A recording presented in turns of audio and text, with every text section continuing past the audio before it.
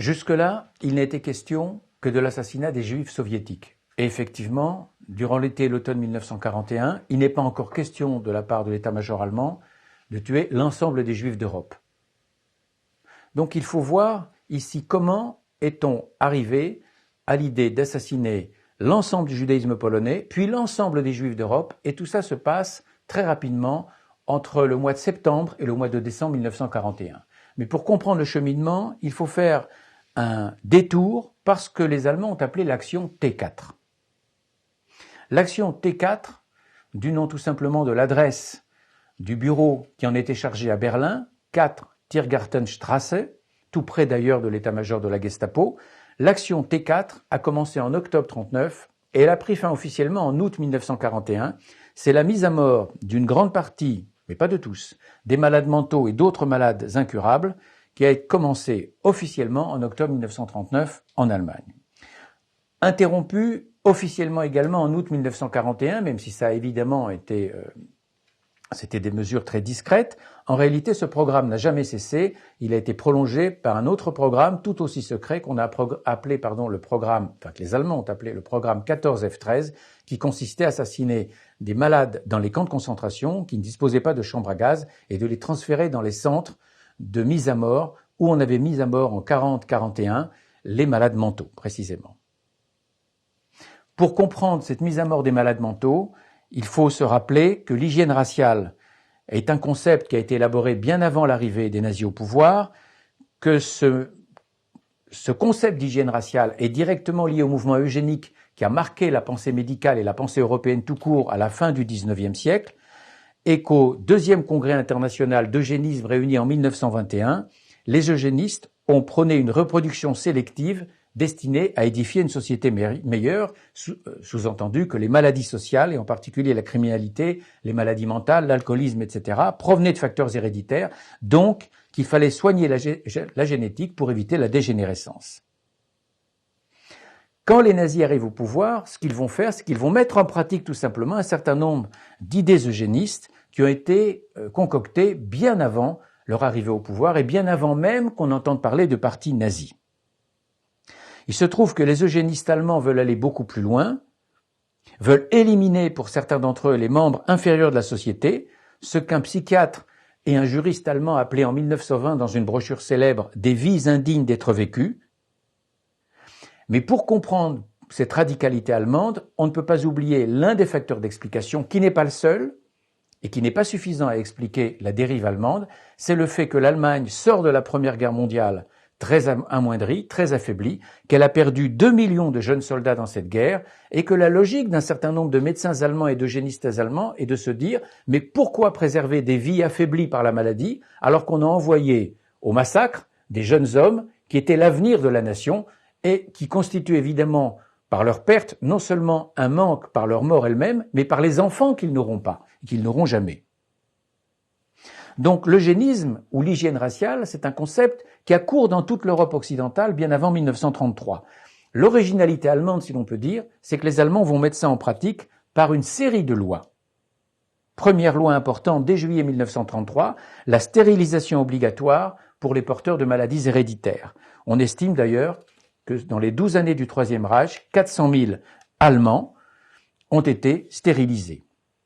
Octobre 1935, une deuxième loi sur l'hygiène conjugale qui interdit les mariages entre Allemands en bonne santé et Allemands malades ou porteurs d'une maladie mentale ou atteints d'une infirmité héréditaire.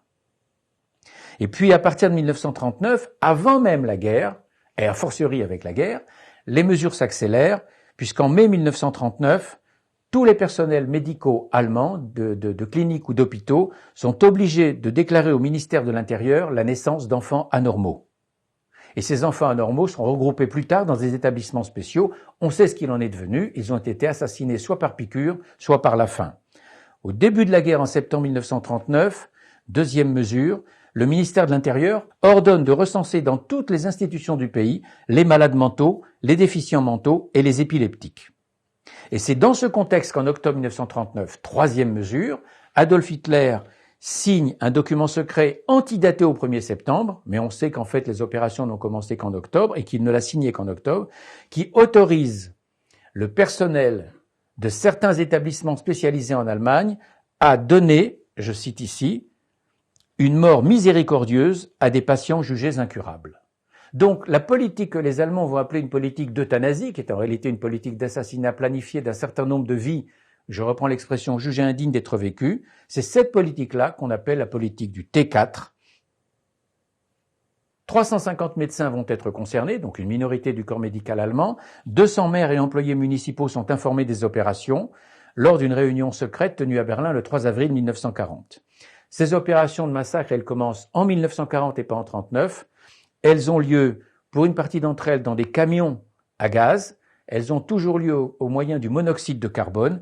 Elles ont lieu aussi dans des chambres à gaz fixes, c'est-à-dire en fait des pièces de tel ou tel institut, d'une clinique ou d'un hôpital qui aura été transformé à cet effet en chambre à gaz mortifère. Et 6 centres de mise à mort sont ainsi construits, ou dans tous les cas transformés, à partir d'établissements hospitaliers ordinaires, dans le Reich, aussi bien en Allemagne qu'en Autriche, entre 40 et 41.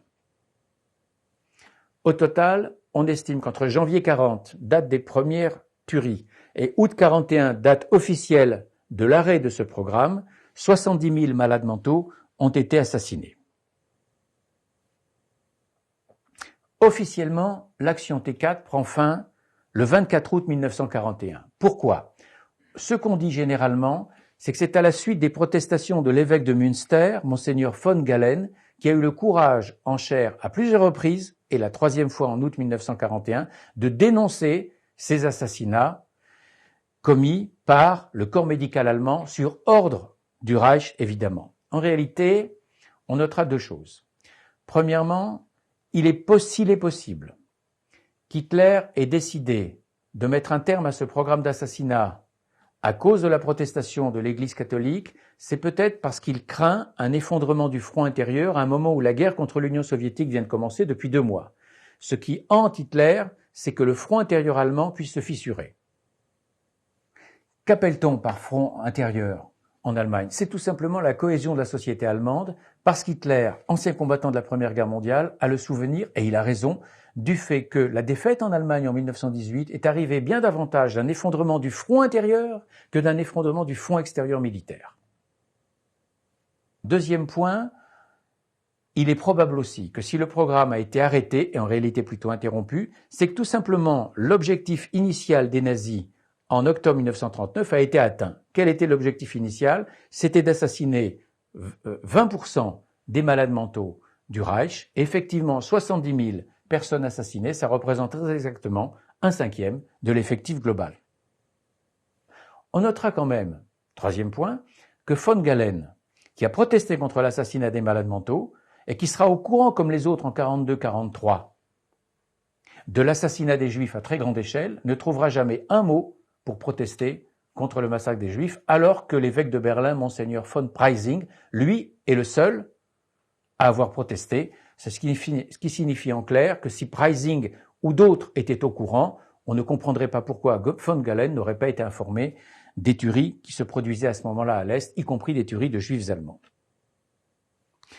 Voilà où on en est avec cette mise à mort des malades mentaux. Quel rapport avec la mise à mort des Juifs? C'est que, d'une part, ça relève d'une même logique intellectuelle, et d'autre part, et ça c'est important, et d'autre part, les équipes qui se retrouvent au chômage technique en août 1941, qui ont mis à mort ces malades, et il ne s'agit pas seulement d'équipes médicales, mais aussi d'équipes de la SS, sont transférées en Pologne à l'automne 1941, parce qu'il a été décidé déjà à ce moment-là d'édifier les premiers centres de mise à mort, qui vont s'appeler Belzec, Sobibor, puis Treblinka. Et quand je dis les équipes, c'est environ 20 à 30% des effectifs de tueurs de la T4 qui vont se retrouver en Pologne, en particulier avec 2 hommes clés qui vont être la cheville ouvrière de l'assassinat du judaïsme polonais, comme ils avaient été la cheville ouvrière de l'assassinat des malades mentaux. C'est d'une part le général SS Odilo Globoknik, un Allemand originaire de Croatie, et c'est d'autre part son adjoint Christian Wirth.